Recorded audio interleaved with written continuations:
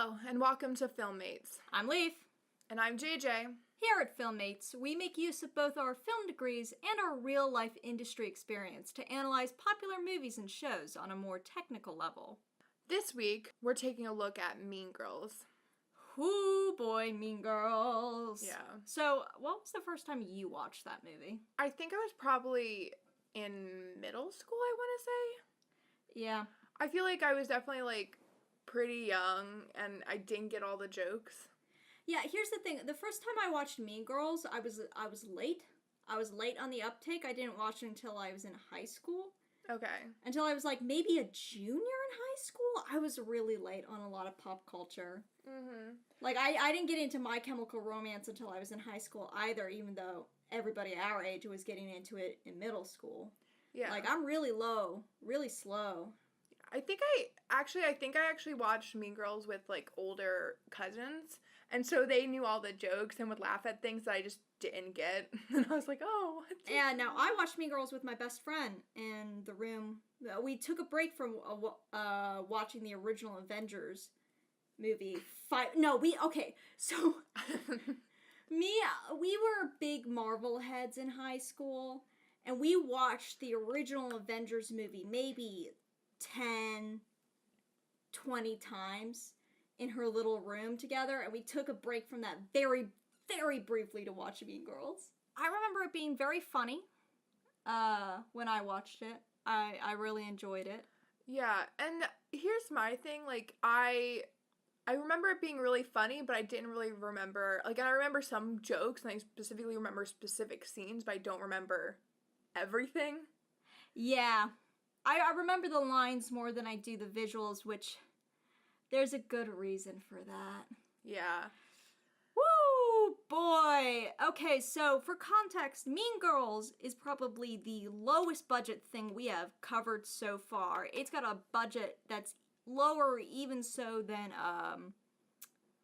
Spy Kids. It's got only 7,000? No, 17,000. It's only 17,000. I thought it was 17 million when you first told me, because that's... Oh, wait, no, it is 17 million. Whoops! Okay, I was like, nobody makes films on thousands of dollars unless it's a short. Yeah, it is a... Well, no, actually. Well, you would have to be an indie film, and this is not an indie film.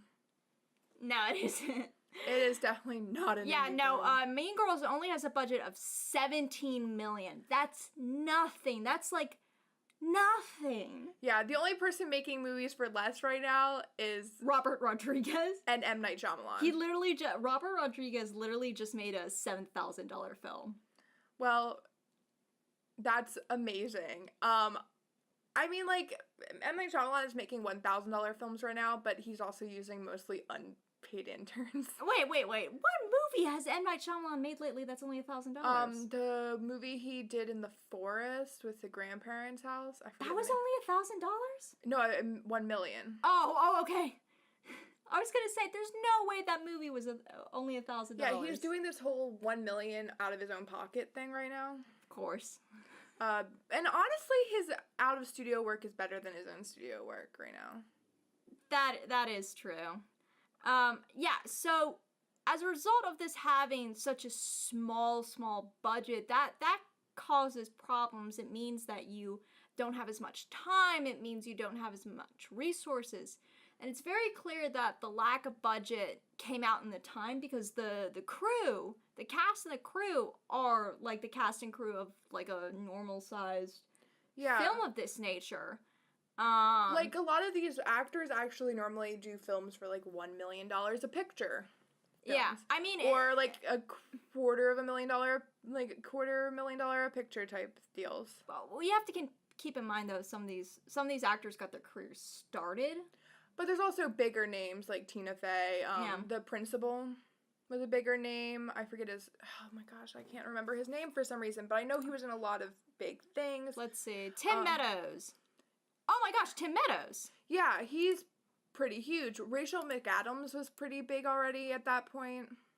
Rachel McAdams, you mean? Rachel McAdams. Because it sounded like you said Rachel McAdams, and I'm not sure what kind of a name that is. Yeah, but Amy Poehler, these are all pretty big names. Yeah, this was back when they were on SNL. I think. Yeah. Or like just after. So they weren't cheap. No, some of the younger people definitely got their start. Like Amanda Seyfried.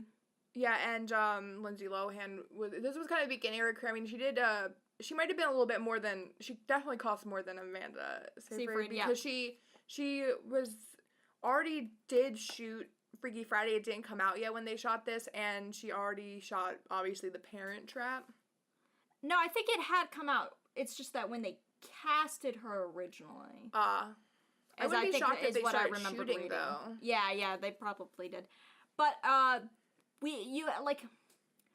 this film is one of those things where you can tell that the low budget affected time the most because it feels like there was next to no pre-production on a lot of these things.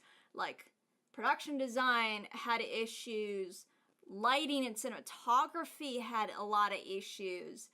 It was just like... Even the script, like, they obviously went with an earlier script and they cut a bunch of stuff out, it felt like. I feel like... Well, okay, so I feel like that was more... I mean, it happens with every film. Yeah, no. I feel like that was less a result of lack of pre-production and more they made a edgier movie than they were able to get away with. Yeah, that could have been it. I just feel like they... Yeah, well, that was more of it. That's what most of their reshoots and cuts were because they made an edgier film that they were allowed to get away with. Yeah, which I'm shocked with because of I'm shocked with some of the stuff they got away with the age of Lindsay Lohan, because she was only 16 when they were filming this film. Yeah, the fact that she is actually 16 makes a lot of some of the shots really creepy and some of the things that the directors said, but that's another thing. Yeah. I do think it's really interesting that they have Rachel McAdams as the mean girl. Yeah. Because of the fact that she is also, like, in her 20s. Like, she was, like, 25, I think, at the time of the filming of this film.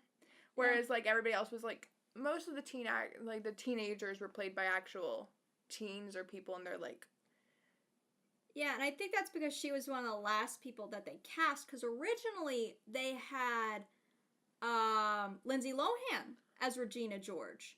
And then I remember I listened to an interview, and basically they were like, we couldn't find anybody to play Katie. We really couldn't find anybody who just fit that role.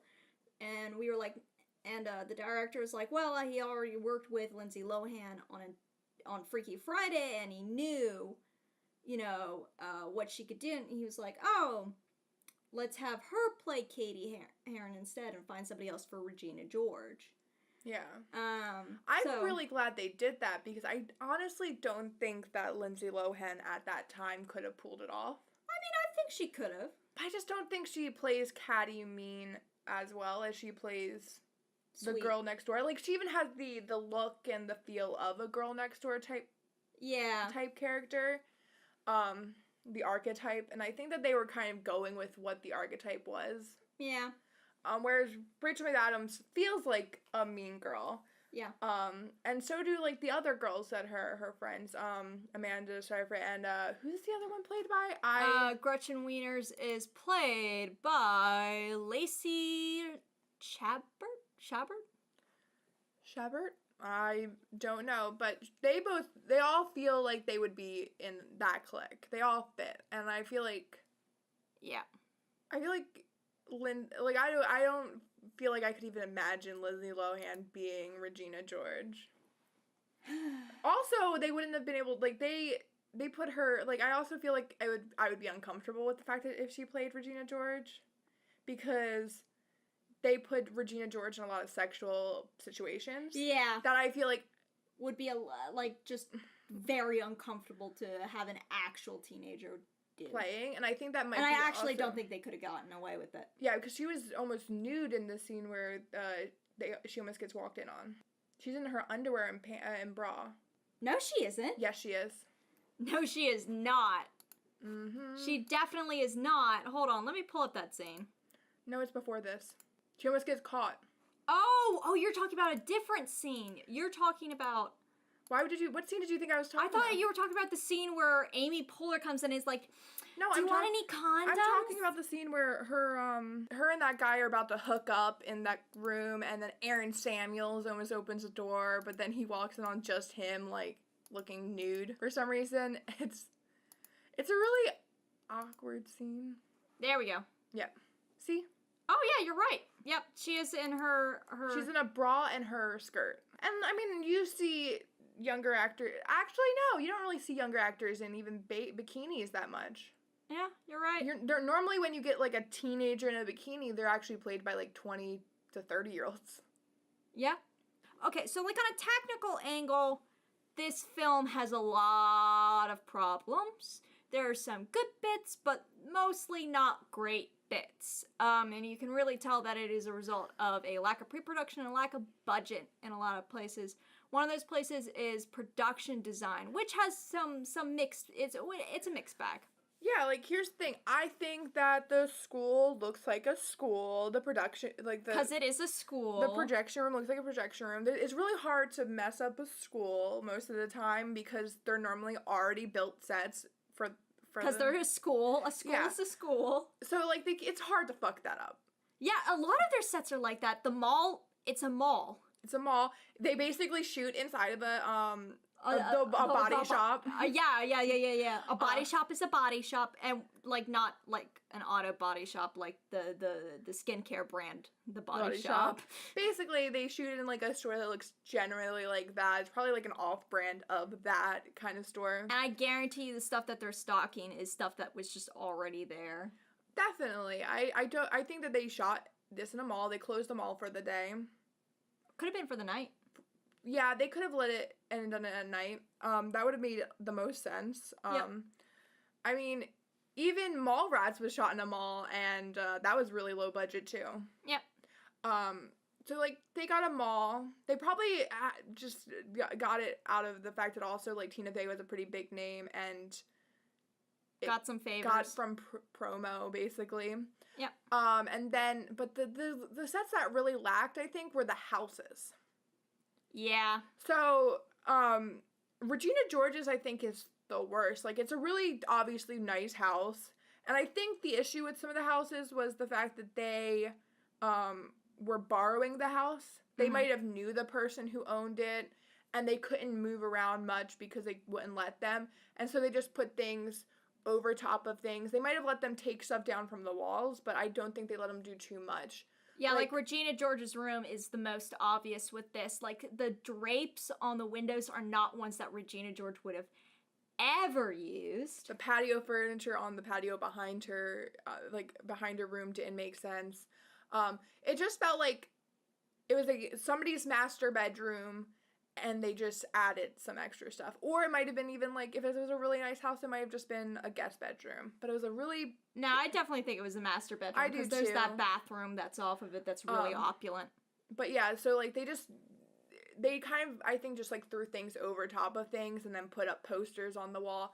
And it's kind of the same stuff that people do on, like, indie films that don't have a big budget, or they do it on films that are, like, student films where they don't have But what was most noticeable is, in the lack of pre-production, is you could tell they didn't have her look at storyboards, or they might not even had storyboards. I doubt they had storyboards for multiple reasons. Do you want to explain storyboards? Well, we'll get to that when we get to the cinematography. Okay, yeah. But also, I feel like even the other houses, we don't really see much of them except for the phone call for the two other girls. They probably just shot them in the same location they did either Caddy's house, or they did, the same location they did Regina's house. All in the same go because, the background looks exactly the same. Yeah, I think they maybe had one or two other houses besides Regina, and they just used different spots in the house. Yeah, and the one thing, because, like, for me, it makes sense that there's not a lot of personal touches in the main house of Regina's house because it makes sense for the type of family they are, like a really wealthy family, and they don't, like... Yeah, they're more about, like, their opulence as opposed to, like, personal touches. Have you ever been in the house of somebody who's just extremely wealthy? Yeah, I actually filmed a student project in a house that had, that actually had wallpaper that was made out of actual gold. for fuck's sake, why? Why would you do that? They also had stuff they bought from museums, and some of the stuff was definitely stolen from other places they shouldn't have got it from. Also, a lot of museums are like but that. yeah, they definitely had like we had like there's a blood splatter scene, and we had to move out a carpet because if blood got on the carpet, it would have been the end of the world because the carpet was millions of dollars. I was terrified of this carpet. I was terrified of the walls. I refused to touch the walls. I refused to actually go inside of the house at one point. Okay, yeah. Rich people are like minimalism plus one or two things that they specifically very much like. Okay, I shot an interview for this guy who's the CEO of a investment firm. And this guy was he's like your very stereotypical business rich white guy. We shot in his basement, which was like pure white carpet, and then there was like all this gambling stuff because this guy was fucking obsessed with gambling. And he has this story of how he was with his fucking toddlers at like this casino resort they were staying at, and he tells this story with such pride where he's like, oh, my kids were really upset because they couldn't go to the gambling tables. That I was so proud because they were definitely my kids. And I was like, what are you? Hey, did you know that Atlantic City has kiddie casinos? My grandmother used to take me. I'm not even shocked with what I know about your grandmother. She really likes it. My grandmother is a trip. I love her. Yeah, your entire family is a trip. But back to, like, not having many things on walls and stuff like that, the thing that gets me really is this really loving family that doesn't, which is the Herrings, like, Caddy's family. Her home also feels like it lacks that many personal touches. Yeah, it feels like a very generic home with a few things spread about from their time in Africa, like the fertility vases. But I also didn't like the fertility vases in the sense that they look like they're just something they got from, like, Pier 1 import. Yeah, they did not look IKEA. at all like... So, but the thing that got me was that everything that they did have about Africa felt very, like, generic, and kind of weird. Like, I feel like it's kind of weird that, Caddy had, like, a map of Africa on her wall for some reason. Yeah, you'd think it would be like a map of the specific country they stayed in, if anything. If anything, that, or maybe just, like, a world map. I feel like if you live in Africa your whole life, you might... and your family's from America, you might be more invested in, like, travel in general, so, like, maybe a real world map would have made sense, or, like, even just postcards from the places she stayed at in Africa. Yeah. But, like, I just didn't feel like a map really hit, and then she had, like, a random picture of an elephant that they have the weirdest intro to seeing, where they have, like, a weird musical cue. They have Okay, so they're at the... Like, Katie has a wild party at her house by accident. And Aaron Samuels comes up to her bedroom and, like, looks around and, like, peeks around at some of her stuff and moves aside a picture of Katie and all the other plastics. Which is also a really bad picture of them, too. Yeah, but I think that makes sense. He moves aside this picture and with this obnoxious... like, really cheesy musical cue kicks in as it reveals a picture of Katie next to an elephant, because that apparently means she's a deep person, because she stood next to an elephant in Africa. Yeah, like, oh. I mean, it is like, oh, she's cute, because this is a picture of her not trying, and that's a picture of her trying, but it also just feels like, oh, this is a little bit. This is, like, a little bit like her, like, it's weird. Like her room feels like they were only given, like, very limited ideas of what's important to Katie. Well, they don't give her much of a personality, in my opinion. Yeah, they don't give her any, like, interests. Like, is she interested in any, like, well, like, anything, like... She has a big stack of CDs, because all teenage girls in that time period But here's the thing, CDs. she was staying in... I forget which country they say in Africa, but, like... they pretty much generically just said Africa, I'm pretty sure. Yeah, they did! But, like, you would think that... And she clearly knows the language, because she uses it. Yeah. And, so you'd think that maybe a lot of her stuff would be pop culture stuff from that country. Whatever country she was staying in Africa. What are the teens in that country into? And it's normally not what people think it is either. Yeah, it could be, like, any number of things, and that could have been, like, a really cool and interesting... Yeah, they do treat Africa as if it's, like, a country sometimes. Yeah, they do. Because they go Africa and then they do tribes. They don't do Africa in specific countries. And, like, which country she's in could have, like, radically changed what experience she had there. It's just some generic piece of African savannah is where she stayed. This is a piece of Africa that also has elephants. That's where she's at.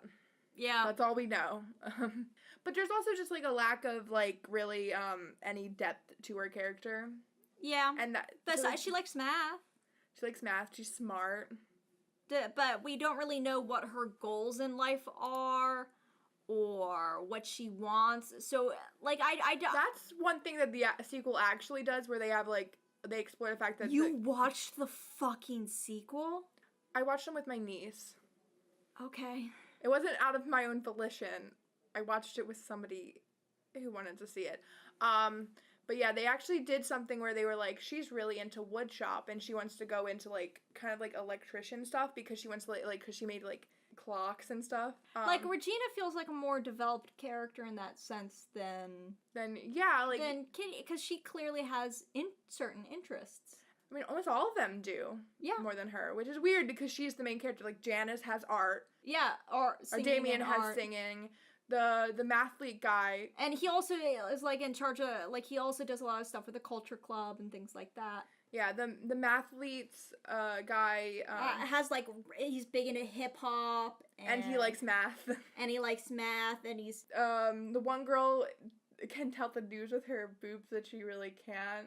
But she can't, like, but you can just tell that because there was not this discussion of, like, what is she interested in, the production designer didn't know what to do except put up generic Africa stuff. And the thing about it is, this production designer is actually pretty good. She actually did do Spy Kids 1, which is a pretty well, like, is a very well-designed film, and she's done other works that are well done. So it's not as if this was, like, their first project and they aren't, like, other projects they do aren't good. No, it's definitely their relationship with the director and their time that they had to do it. That was the issue. JJ and I have both worked on production design before, and we can tell just from the way that they set things up, what they did. Like, you can see the thought process or lack of available thought process that went into that. Yeah. But one part of production design, or, well, the art department in general, that two things that actually went very well were wardrobe and makeup. Yeah. Wardrobe, I really like the fact that the wardrobe, while it's not necessarily timeless, it's not really dated. Yeah. This was during the rise of, like, really weird fashions from, like, the Gwen Stefani and Britney Spears were a mess. Let's not ever return to that. And Pink, all the jeans, everything. Oh my gosh! Remember, Justin Timberlake and Britney Spears doing the full jeans, the jute. The jean suit, the jute, and the jean dress with the hat. Dress. Yeah. Like dress. That was a mess. Why did they do that? I don't know. But like, yeah. Like, you could clearly tell. Like, the outfits are very 2000s. But it's in a way that, like, if somebody posted a photo wearing some of Regina George's outfits on Instagram, I would feel like, yeah, that makes sense. Like, the only person who I think got dated really was Janice, but her costume, it kind of makes sense because she's, like, the outcast girl. She doesn't care. Well, actually, she looks like they got inspired by Breakfast Club. Even she's not too dated, because even still there's a very specific subculture that's still definitely wearing shit like she's wearing. I wore that stuff in high school sometimes. I went through a phase, actually no, middle school, I went through a phase like that. There was a guy who made fun of me and called me Gmo because he couldn't figure out if I was goth or emo, and I didn't even know what I was. I think I was grunge. What laugh was that I just uttered? What was that sound? I don't know. Yeah, I can't really relate to that because I didn't really have clothing. I went to He went to a nudist school. Clothes were not required, apparently. Yeah, I went to a private Christian school for 13 years. We had a uniform. And here's the thing you don't think about when it comes to uniform is y'all who go to, like, schools that don't have a uniform have to, like, actually buy, like, regular clothes so you can not be nude every day. But if you go to a school with a uniform, you just wear the uniform, and then you go home, and then you wear your pajamas. You weren't even allowed to accessorize. Could you have like bracelets or scarves? Yeah. You could have Okay, that. there's at least that. Because I know some private schools who don't allow that, and I'm like, that's Technically, so our school sucking. didn't allow a lot of that, but like, some people Did it anyway? Some people could get away with it. Were you allowed to have silly bands? Did you have silly bands? Oh, yes, we had silly bands. I remember trading them in class. We are immediately dating how old exactly we are by saying that we encountered silly bands in freshman year of high school. Wait, that was freshman year? That was like freshman, sophomore year. I still have silly bands at my house in a bag. I never got any. My brother did. I have bags of silly bands. Yeah, there were some people who had just like a ridiculous amount. That I had so all up their arms. I remember trading them with people. I had a lot of the animals because I cared about animals more than I cared about the ones that were shaped like ice cream cones. I don't know what other ones. But anyway, yeah, that's got nothing to do with this. But there was it wasn't like super dated. Even the stuff in her room wasn't super dated, I feel like. Mm-hmm. I also like how there was a gradual, they used the wardrobe and the makeup to convey information about Katie. Like, her wardrobe and makeup gradually changed to being more like the plastics as the film continued. Yeah, in the beginning of the film, she was wearing like basically like jeans and a t-shirt and nothing really bad, like brown, I think. It was very subdued. And she was wearing very minimal makeup, and then she got with the plastics, and she had that pink scene where she was wearing his oversized she was wearing Damien's polo. Which is weird, because that's very not the gay stereotype that they try to make him to be. Which is interesting, even though they definitely try to set him up as the gay stereotype. But that purple suit was great. Those purple suits, both of them were great. They were interesting. For sure. I think that I don't like them as, like, I would want to wear them, but they're more just like, well, that's an experience and a statement.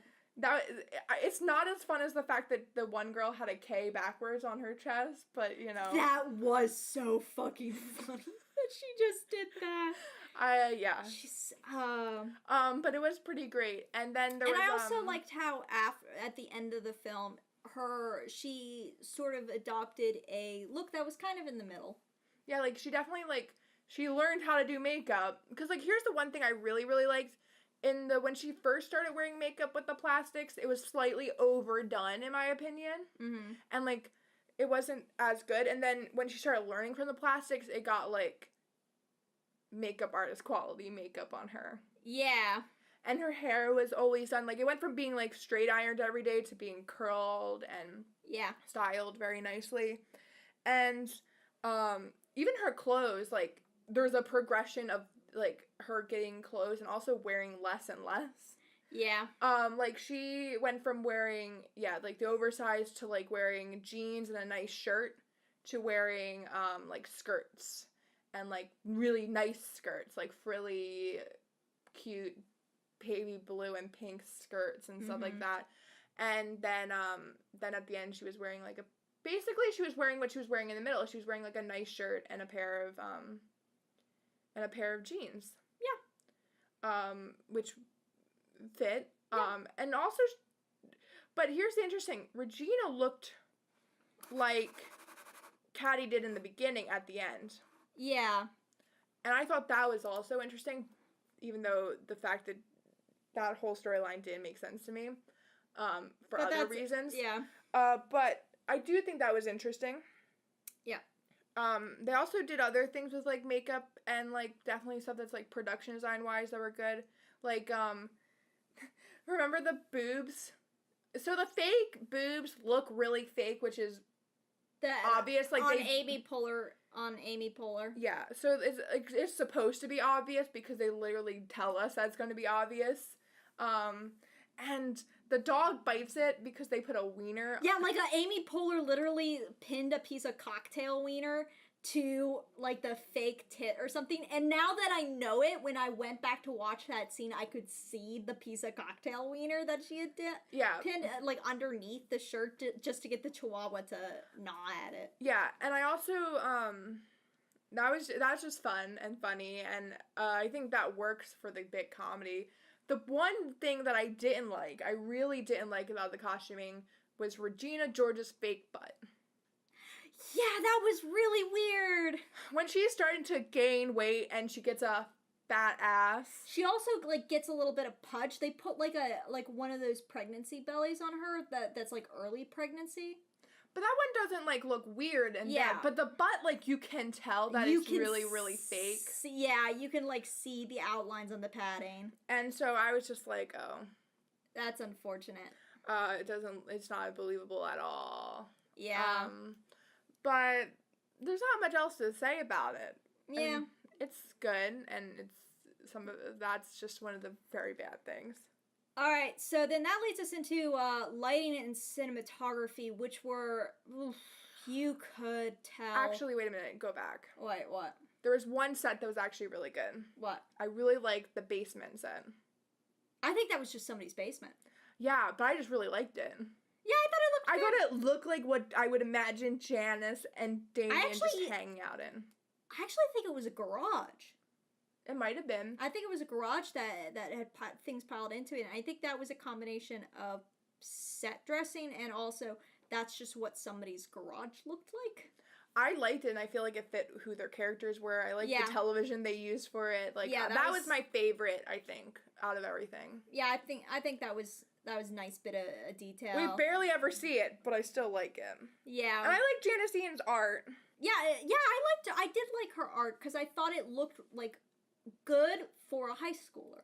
And it also looked like something that character would make. Yes. That's all. Yeah, so going into the lighting and cinematography, holy shit, it was not good. The light, like, you can really tell that it's lit. And you shouldn't tell that it's lit. Yeah. And well, lighting's a little bit different for that rule, because sometimes you can tell that it's, like, clearly lit, but it's stylistic in the way. Yeah, but I mean, no, here's the thing. You either do two different routes with things when it comes to, like, lighting. You either... This is not supposed to be a stylistic movie, though. No, it is not. Like, this is not not lighting-wise, anyway. Yeah, at least not lighting-wise. It's not a, Vincent von Trier film. Vincent von Trier? Who the fuck is Vincent von Trier? Cut this out, okay?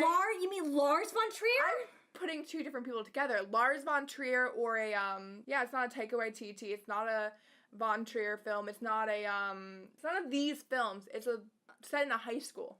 Yeah, it's like, yeah. It's not shot, like, here's my thing. It should be lit like Pretty Little Liars. It's lit. But it's not. Yeah, well, so here's the thing. You could really tell, that they didn't have a lot of time in pre-production to really come up with the lighting schemes. I also don't think they had a lot of time on set. I think they were rushing in these locations. Here's the thing. I feel like a lot of the lighting, especially in the school, is they just changed out the natural bulbs that were there for their colored bulbs and just went with it. Because that is what you do a lot of the times. Well, yeah. And then they did some spotlight, like some specific lighting on certain actors when they did close-ups and faces, I guess. Yeah, they did some and then they faked projectors and stuff like that, but the faking of the projector was probably the worst lighting, and then also the bathroom. Yeah, the bathroom looked really bad. So a lot of the lighting was really hard light in places where there was no need for it to be hard light. There was a lot of times where you'd have the hair light was, like, so hard. Oh, yeah, the one that really got me was the one in Regina George's room when she's on the phone. And it's just, like, her whole hair is like white on the top. Way blown out. Her hair often gets way blown out. It's like, did you not use one of those, fucking... light meters? Yeah, I thought there was, like, a fancy word for it. Nope, it's a light meter. It's just a light meter. Yeah, because, like, normally they use a light meter. Yeah. But they clearly just did not have enough time to do a light meter or to use a light meter to, like, check to see if it's overexposed or, like, to do any kind of, like, really real thought into it. And there were a few times where, like, the lighting was very inconsistent in between wides and close-ups. Like, for example, the projector scene. So, in this scene, they're in a classroom, and it's dark, and the projector's going. And, it's Aaron and Katie are talking to each other, and she's inviting him to her party. And in the wides, there's this very harsh light coming off the projector onto the sides of their faces. But and it's like very hard light, and it doesn't at all make sense with the projector that's there. Like, that wouldn't be the kind of light that the projector gives off. But then in the close-ups, it's a nice, softer light that feels more naturalistic with the projector and what it would do. And it looks a lot better. And it's like, why couldn't they get that light? Like, did they, like, what went wrong here? Yeah. So, in my opinion, the best way to tell if lighting is good, like if a person is good at lighting, is how they do a television scene. A scene where or just any type of moving light. So, like, how do they do a scene that's lit solely by candlelight? How do they do a scene that uses a fireplace or a fire pit? How do they shoot a scene that's lit only by like torches? How do they do a scene that's only lit by a television? They luckily don't make it solely lit by a television, but they do have a scene where they use a television. And they're in a darker room. And the room is darker, but they don't do anything to show the light of the television really almost at all. Yeah. Actually, there's a shadow of the television on them. So they're lighting behind the television. Yeah, even though the television is on. Yeah. And so, I think that shows just, like, I don't even know if the grip or the gaffer or whatever they label him as on this. They labeled him as as a chief lighting technician. Well, I think that they've done other work before. Yes, they had. I looked that up. And you can tell that there was, either they did not have, like, any time at all to set up lighting, or they just weren't that great. Yeah, and there's another thing. Okay, so a lot of the time, a lot of the lighting in the interiors at, like, the homes is lit to make it look like all the light sources are practicals. So basically, what a practical is like if you have a shot and there's like a lamp that's on in the shot, that's called a practical. It means that you are using an actual light source that's in the frame. Like a television. Like a television. Or a candle. Or a candle or a lamp. And usually what you do is you have that lamp on, yes, but you also have light coming from, like, an actual film light illuminating the area around it, and it's giving the excuse that it's actually the lamp that's the source of that light. But they're, like, emphasizing the lamp light. Yeah, they're making it work for camera. And in one scene, in the party scene at Katie's house, when we go into her room, her entire room appears to be lit by practicals, by these different lamps. And one of them is a China ball, which is what we call it in the industry. Like, it's like one of those... I'm pretty sure that's what it's called in general. Is it what it's called in general? Well, it's like one of the... Well, if you don't know what a China ball is in general... It's one of those paper ball lamps. It's like the paper lamps that you can buy at, like, IKEA. Yeah, she's got one, like, hanging over her bed in a kind of a weird location, to be honest. And at first I thought, oh, they're using that as a practical, because in the industry, China balls are actually used to deliver a nice, soft light.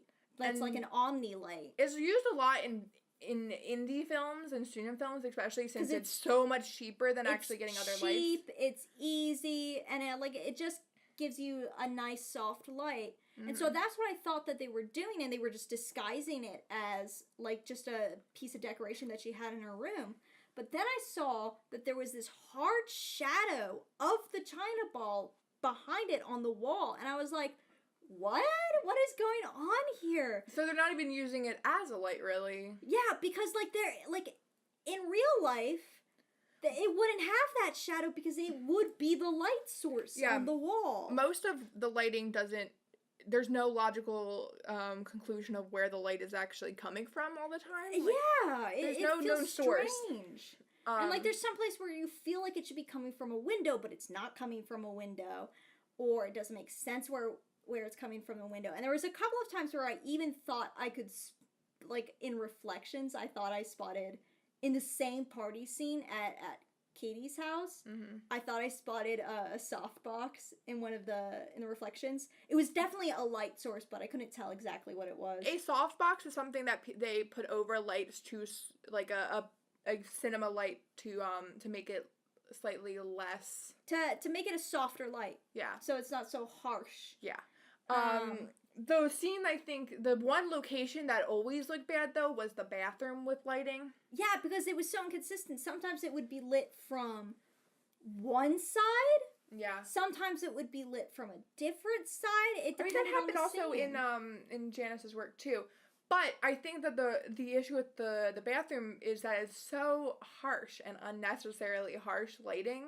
Yeah. That didn't quite make sense for what the room looked like. It looked like it was being lit. In one scene... It looked like they had, like, 20 lights in this room. In one scene, it looked like they were being lit on a stage. That was how hard and, like, directional the light was. I was like, how did you fuck this up like this? I don't know. It was, yeah. But... So it just... It did not look good. And then the cinematography also, you could tell. I actually, like on a couple of scenes, I actually sat down and I drew out a diagram, like a fucking camera setup diagram for a couple of scenes, just because I wanted to understand what the fuck was going on and like you can tell, like this feels like one of the diagrams that I would have come up with to shoot something in film school, which is to say overly complicated, no clear direction. This also, like, actually, I wouldn't even say this is how you would shoot something in film school unless you were a freshman. Yeah, well, like something I This is something you would shoot when your first ever project, you would shoot it like this. Because, like, even, I worked on your first film you ever made, and, okay, that, I also had a really good DP on the first film I ever made. But still, like... And I also... It was... You shot it with a lot of shots, but it was not like this. Yeah. Your shots made sense. My shots were economical. Yeah, these shots don't. A lot of them, they flip the world, they shoot from every direction, they don't pay attention to the backgrounds behind their subjects. They obviously didn't make, this is where we should talk about storyboards. They obviously didn't make storyboards. Or if they did, they didn't really follow them. Yeah, like, normally you would make storyboards of this is the shot we're getting in this scene, and this is another shot we're getting because we want to edit them together like this. Like a good director should be able to sit down and think, okay, a good director should be able to think like an editor. Okay, this is what the shot I want here and here and here and here. And then you get the shot, and then you capture typically the whole scene with that shot. And so sometimes the editor is not going to follow your storyboard at all. Like, the editor doesn't get your storyboard, but ideally, you should be shooting with a final edit in mind. Yeah, but here's the thing, like even the shots that they did get, it was obviously not discussed with the rest of the crew, and I don't even know if the production designer was on set sometimes, or even a set dresser sometimes I didn't know if they were on set, because there were so many blank walls. There were so many blank walls, like, for example, and there were so many times where... And, like, as a cinematographer, you would not want that. A good cinematographer should have their entire frame in mind. They should be working with that director to block out a shot with the most interesting possible background. You know, so instead of shooting directly onto a blank wall, maybe shoot a little bit into a corner with some interesting things on the wall to the side. Yeah. Or something like that. Or if you have a lower budget, maybe, like, just... bringing them out from... there was a couple of shots where I was like, this shot is so boring. And if you had just moved the character to the side here, or moved the character to over here, or blocked it differently, or put something on that wall, or stood them out a little bit, or maybe used a softer focus to kind of hide the fact that you don't have a lot going on there. There was just so many issues where I was like, there was a lack of forethought and for looking into these shots that you made. And there were also quite a few shots where I was like, why did you get that shot? You have another shot that's extremely similar to it, from the same angle, essentially the same camera position, just slightly scooted over. Why didn't you consolidate those shots? Yeah. I also feel like there there's a lot of they shot things in such a very standard way in a lot of scenes. Yeah. Where they're just like, yes, we need a close-up and a medium close-up and we need a wide. Yeah. And they love close-ups. There was a lot of boring shots. The most interesting shots, they also don't do over the shoulders except like 1 or 2 times. Yeah, they like a lot of the times when you do close-ups, you have them, and especially when it's a couple of characters talking to each other, you do it like over the shoulder because that framing element looks nice. It leads your eye. It populates the frame a little bit more. It makes you feel like you're an observer. Yeah. In a situation, like you could be there. It's clear that it was a stylistic choice to have all of the like close-ups be from, like it looked like they were moving the character out and just placing the camera where that character stood and then shooting the close-up. Yeah, and that worked in some places and not in others. Here's the thing. One thing I thought it would have worked if it was always, because this whole film is in basically, for the most part, except for the scene she's not in, is in Caddy's perspective. Yeah. If they did that for every, like, from her perspective, but when it was, like, other characters, it was over the shoulder. Yeah, and we'll get to the editing when we get to it, because it's also a bit of a mess. And there were certain scenes that were shot and lit a lot better than others. Like, for example, the talent show sequence. All of that was shot much better. There were interesting angles, and the lighting they made good use of practicals. Yeah, one of the scenes I actually really liked the lighting, I'm not gonna say lighting, but the one scene that I really liked how it was shot and done in general was the cafeteria scene where they have the map. Have the map that they made, and then it crossfades. It crossfades into the different places. Yeah. I also liked how it was very clear that they did This is how you do a crossfade, actually. This is actually a well done crossfade. Yeah. But when the scene where they're going around the cafeteria to the different tables, it was clear that wasn't like one take. Yeah. It was edited to look like one take, but what it was really clear is that they did the blur and the match cut in the blur. Yeah, but I mean, it wasn't jarring or noticeable or anything. It was well done, and it worked. I feel like it's only noticeable if you're really, really paying attention, but most if you know what to look for. Yeah, and it might only be on a rewatch that you're gonna get it. Yeah, and the only reason why I knew what to look for is because I've done those before. I've done those before, and I know what I'm looking for. Yeah. I know what it looks like, as opposed to... Yeah. That's how that is. Yeah. And that was interesting. But yeah, it was just... And also, the way that it was shot was strange. And it's like, why did you get some of these shots? Some of them don't make sense. And the thing to think about is also, they have all these shots, but they also probably have like 5 or 6 other shots in all these locations and all these scenes.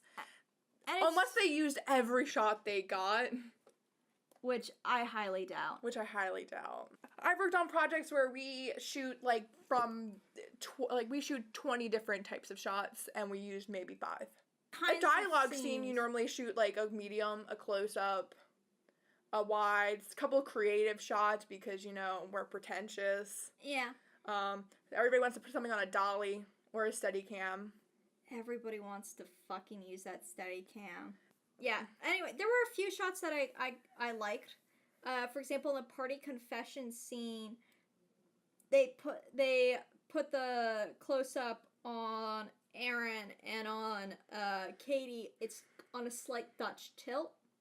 Yeah. Which I thought was really interesting. I feel like that was the and worked with the scene as it was going. It's probably the cinematographer's suggestion. Yeah. He was just like, oh, we could do this. That would look interesting, and it was edited well into that.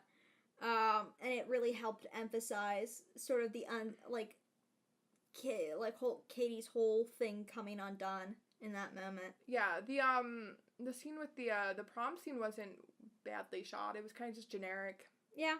That's its biggest sin with the visuals, is that they're just kind of generic. Like, I've seen this before. Like, this is how so many things are shot, especially in the 2000s. Like, a lot of things are shot this way.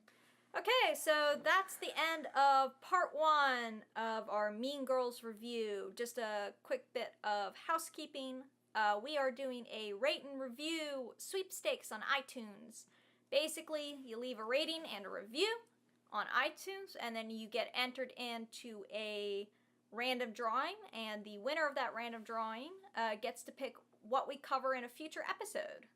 Whether it be a TV show or a movie, or we could even do music videos, or really anything that's a audio-visual experience. Yes. We also have, and we're doing that so that we can get some more ratings and reviews on iTunes, because that'll help grow the show, get us up the charts, or grow our audience, and that's kind of what we need right now at the show. We also have a Patreon. We are trying to get funding for, our rent, as well as to get news, like potentially getting a different sound equipment to use. The biggest goal right now is to get transcriptions done for the episodes. Because quite frankly, JJ and I don't have the time or resources to do those right now. So we'd like to pay somebody else to do those transcriptions, but we need the funds to do that, which we currently don't really have. So we've got $2, $5, and $10 tiers. People who donate $10 will also have access to exclusive bonus content and different things. We are currently doing recaps / reviews of the new episodes of Game of Thrones as they're coming out. We literally just recorded the first one. Yep. And it was an episode, fan servicey episode, but an episode. It was an episode. The episode that the episode of Game of Thrones, not the episode that we just recorded. Oh no. That wasn't too fan servicey, I don't think. Oh, definitely. We definitely didn't service certain fans. We serviced our own interest. There will be certain fans who will be angry with the words that we say. But anyway, those will be available to $10 patrons. We're also going to be doing music video reviews and trailer reviews and other little bonus content that will be only available to $10 patrons. We have social media. We've got a Twitter at FilmmatesPodca1. We've got a Gmail, filmmatespodcast@gmail.com.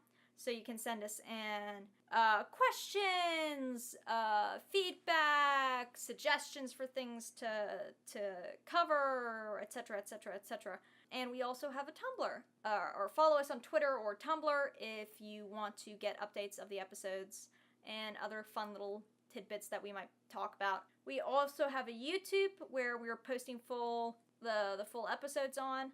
And that's also where, once we do get transcriptions, we will be adding them to the YouTube videos. So if you want them like that, and also we're going to be having them in a written format that we're going to post on our Patreon once we get the funding to do those. That's it for this week. Next week will be Mean Girls Part 2. And yeah, that's all. Actually, I just want to clarify. That's Part 2 of the first Mean Girls, not Mean Girls number 2. Not Mean Girls 2, obviously. We're not torturing ourselves. Yes, which will focus on the editing, writing, a little bit of the casting, and other small details, things that we liked, things that we didn't like. How did it hold up? And that'll be the focus of Part 2. All right, so that's it for this week. See ya! Bye!